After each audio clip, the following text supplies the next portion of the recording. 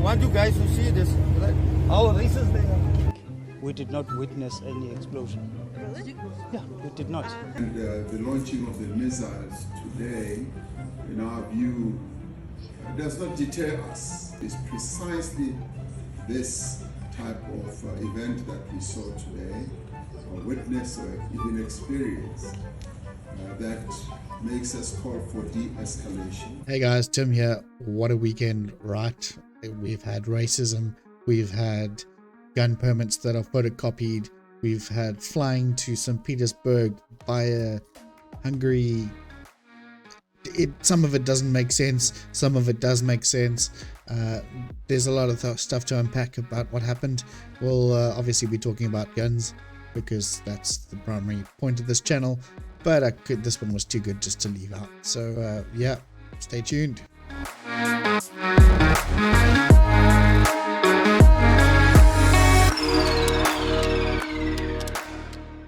Right, so I'm gonna go grab some coffee quickly and have a cigarette because a few other things have popped up now because of this whole Africa Peace Initiative. So let's take a quick coffee break.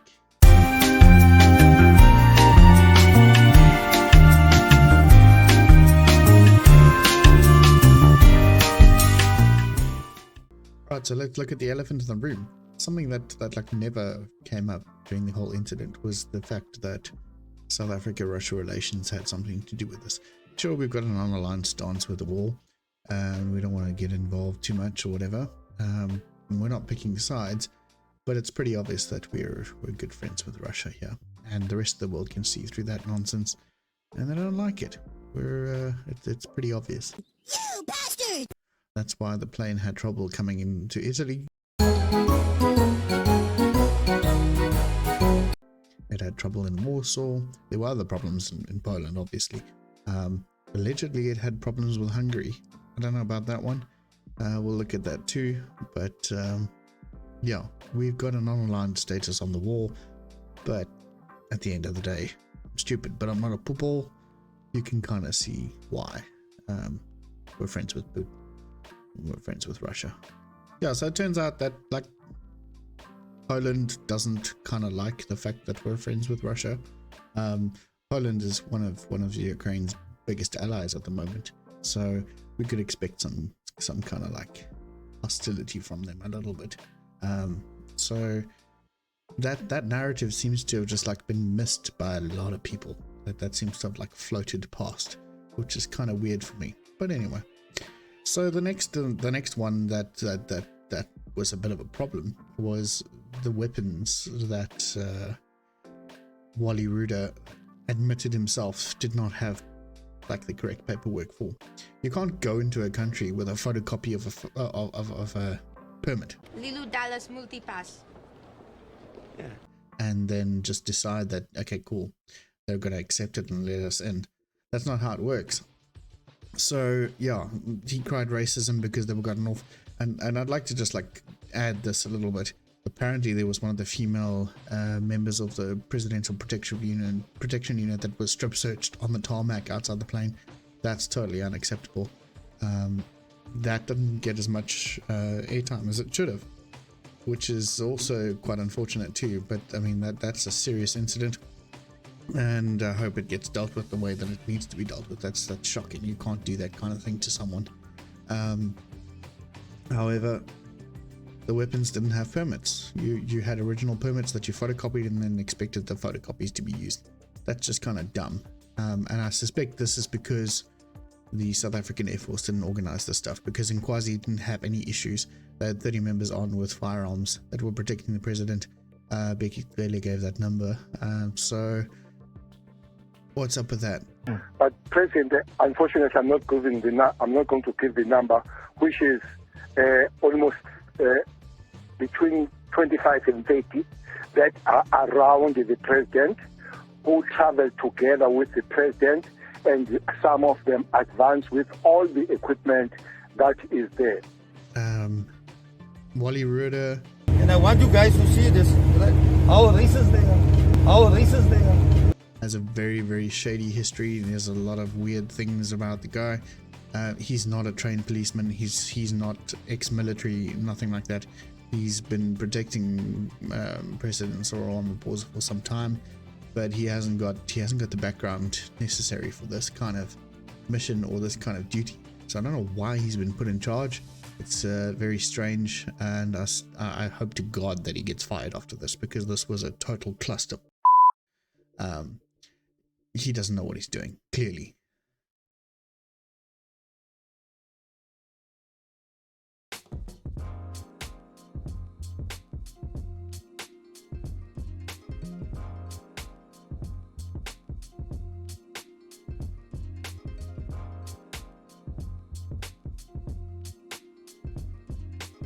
So as for the weapons, it's very, very interesting that they used photocopies for permits. Another allegation that came in from some was that snipers' rifles were brought in.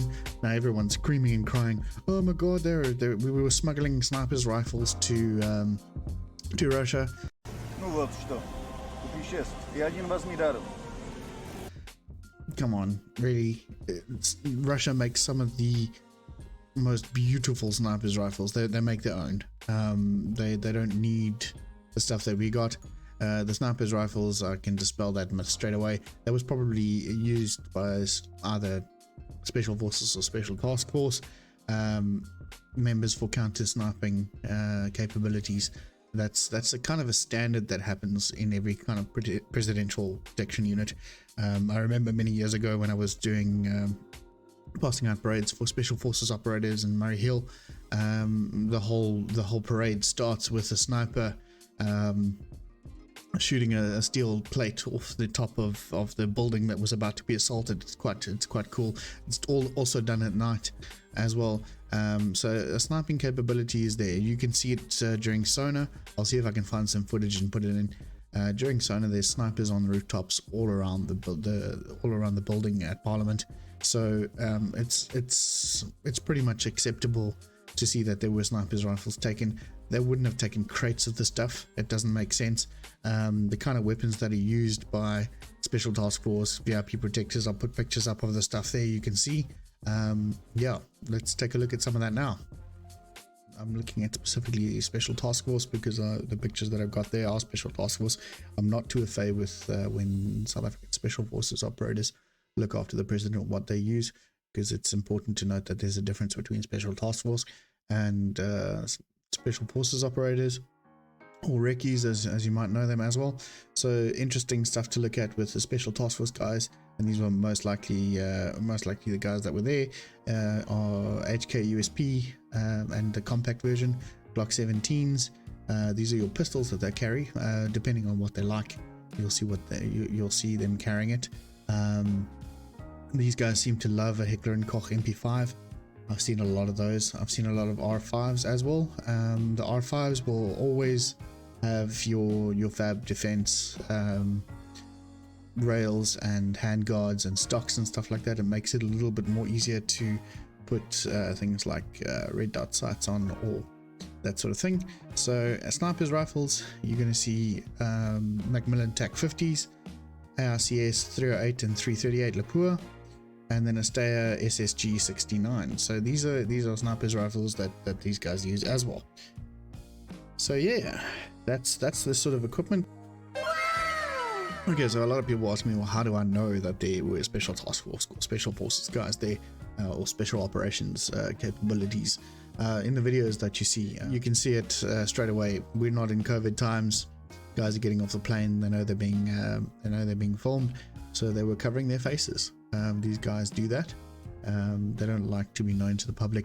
You'll see in pictures, on older pictures of Special Forces operators or Special Task Force members, that they do cover their faces for their safety, because they're involved in such delicate operations all around the world. So they go to places where most people don't, and their secrecy is important to them, not only to themselves but for their families as well. So that's kind of how you can spot it. Yeah, so the next thing that comes up that people are constantly been hopping about is, why were there so many of these guys on the plane? Why did we need 120, 130 guys to guard the president. So it's things that you got to look at that are important. You've got to. I'm not going to give specific details about how the president is guarded. I don't know how Uncle Wally decided to do it. I don't know what his reasoning behind the things that he does is. I'm going to go on a sort of on a general knowledge of the military watch system or the police watch system and how they work. You've got a watch system in the military, and if you've got a team that is guarding an area or guarding a person, you'll have a watch system in place. So let's say, for example, with the president, at any given time he will have 30 VIP protectors looking after him. Now, this is not to say that all of them are armed to the teeth, wearing bulletproof vests, doing the whole Kevin Costner bodyguard movie type nonsense that everyone seems to think happens with VIP protectors. That's not the case. In your VIP protection teams, you've got different people who have different roles. You've got absolutely have medical personnel on standby should anything happen. So the medical personnel form part of that VIP protection team. You've got your local your guys that actually physically watch over the president. They'll have firearms on them at all times. They'll have bulletproof vests. They're the guys that are that will grab the president and run with him and keep him safe should there be any problems. You're going to have a counter sniping capability as well, and like you'll see in the video that I show you, if I can find one, I'll put it on. I'm obviously doing this before I edit the video, so if I can find one, I'll put it in where you can see counter sniping capabilities. So these things are all important. I don't know all the exact details of what the VIP protection unit or the presidential protection unit has, but there's at any given time, let's say for example, there'll be 30 people watching the president at any given time. So that'll be broken down, let's say using the numbers that we've got, say broken down into 4 shifts of 8 hours each, and this will give time for layovers, for shifts to change, for guys to have time to rest, that sort of stuff. So next one, Vincent Magwenya, the presidential spokesperson. He made the claim that they didn't hear explosions, they didn't hear any air raid sirens, nothing like that, giving the impression that that sort of never happened. And that also gave the impression back home that the Ukraine was sort of manufacturing some kind of nonsense to make it look like, to make Russia look bad. So I got on the socials, and I got on the phone, and I spoke to a lot of people in Ukraine, and particularly in Kiev. I spoke to a defense analyst, and he actually says that it's bullshit, that there wasn't anything there. Let's quickly get his comment up. His name is Jimmy Rushton. He's a defense analyst based in Ukraine. I think he's from the UK. But so I asked him what he thinks about what had happened, and did he see anything, did he hear anything, all that sort of stuff. And his comment was, well, I can tell you on record, I personally witnessed Ukrainian air defense systems intercepting incoming Russian munitions. I'd also say the South African government and others in the region often complain that they aren't taken seriously on international stage. This kind of deliberate distortion of reality is a good example of why. Which adds up, makes sense. I also spoke to someone who's on social media. She's based out of Kiev, and she kindly sent me the link for the city of Kiev's app that gives the citizens alerts when there are air raids that are happening. So the whole city's got this app on their phone. They needed to pay for stuff, but when missiles come over, they get an alert on their phone and they have to go and take cover. And the advice there would be to take cover. So I'm going to put screenshots of the translations and that. You saw it in the intro, but I'll put that up on the screen as well. You take a look at. It's the missiles that were intercepted were kind of large. A lot of people told me that it's impossible, that they didn't hear it in the city at the time. Important to note that in the video that Vincent Magwenya denies having heard anything or seen any explosions or heard any air raid sirens, he does say that the president, right in the end, he does say that the president was taken to an air raid shelter. No, I didn't go to bomb shelter. But the president? The president was taken there. So That's important to note. We're not going to leave anything out here just for the sake of it, but it is pretty weird. Vincent Magwenya has been now labeled as the biggest liar in the world. Let's see what the Kiev Times had to say about it. I think there was an article that popped up. Yep, that was yesterday. In the Kiev Post, Ukraine's global voice, the biggest lie in the world. South African spokesperson slammed over Kiev air raid denials. Despite the entire city and the world's media witnessing a Russian missile attack on the capital, Vincent Magwenya claims he saw no evidence of so-called explosions, which is interesting. So he's not very well liked at the moment. Let's point and laugh. Yeah.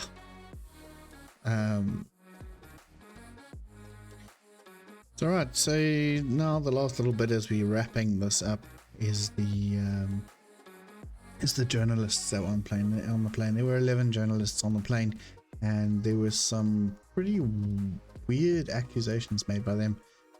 These are supposedly political journalists.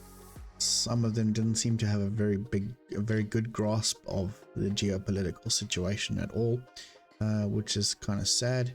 But if you look at the publications that they're from, it kind of explains why. But we're not going to go into that. One of the things that happened was apparently the plane, as it was going into Italian airspace, was told that it could not enter Italian airspace without permission, and they had to circle out in the Mediterranean before they could fly through. I witnessed this on flight app on flight radar. You can actually see the path that they took before they carried on. And the next claim that was very, very bizarre is the plane was supposed to, after being grounded in Warsaw and them not being allowed to leave and go through to Kiev with the president, ended up being stuck. They were stuck for like 26 hours. It was pretty shit for them, and I feel kind of bad about it. The government really dropped them in the crap. It was probably a trip that they were never allowed to go on in the first place, but we'll talk about that just now. So after the circle round before being allowed into Italian airspace, they landed in Warsaw, which is strange as well, because the presidential plane in Quasi didn't land in Warsaw. It landed in another area. The name slips my mind, but the president ended up flying directly straight north to St. Petersburg. There was no issues with that whatsoever. However, the South African Airways plane, it was said that they weren't allowed to fly to St. Petersburg because they had not had flight clearance to fly through Hungary, which doesn't make sense because Hungary is sort of southwest of Warsaw, and St. Petersburg is sort of northeast of Warsaw.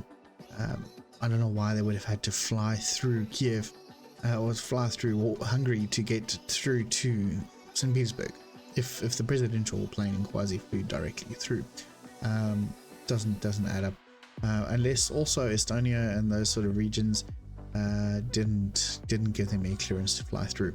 So that was kind of weird as well. The other interesting thing that I picked up on, and what I have done is I've also contacted some journalists in Hungary, and we've put an official request to the Hungarian government questioning whether they denied South African contingent the ability to fly through Hungarian airspace.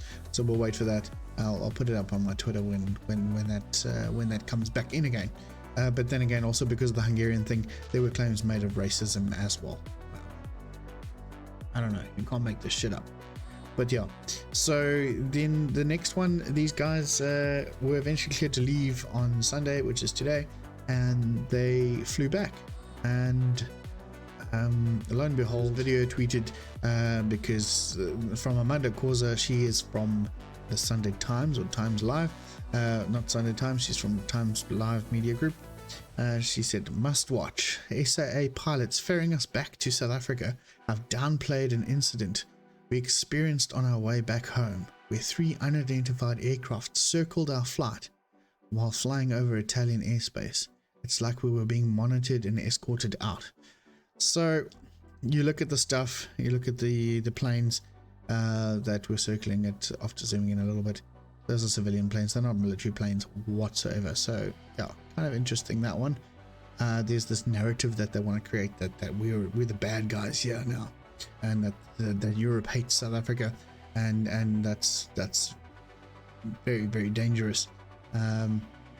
Again, going back to the elephant in the room, we're supporters of Russia, we're friends with Putin. Yes, we do have a non-aligned stance on this whole thing, but it's very it's pretty obvious why we're not liked. But the Italian government did not send military planes to escort them out of Italy. You can actually check these things. At the time the plane was flying over there, a lot of people who watch airplanes and know what airplanes do and have the capabilities of checking these things, there were no military aircraft in the area at the time. Also taking into note that is the busiest airspace in Europe, or that whole region is some of the busiest airspace in the world. I'll put a picture of flight radar at the time that I took that screenshot. It was in the evening. It was probably about 9-10 o'clock in the evening, and you can see how many airplanes there are. Doesn't make sense. And then the last sort of cherry on the cake, so to speak, to end it all, is Vladimir Zelensky's comments on the African peace mission. That was fascinating. He basically gave a very silent to our South African delegation.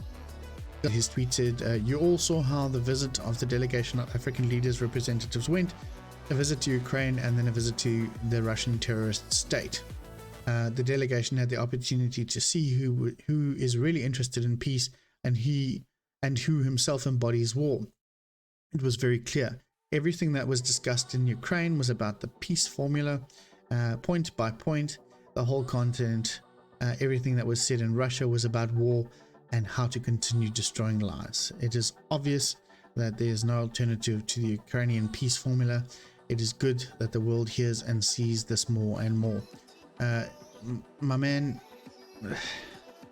I get it, you're at war and your countrymen are dying and stuff like that, but the whole world did kind of has the ability to see what's people like Cyril Ramaphosa said to Putin in Russia. So Zelensky's talking a little bit crap, and he kind of gave us a bit of the finger. So yeah, question everything, stay safe, and thanks for tuning in.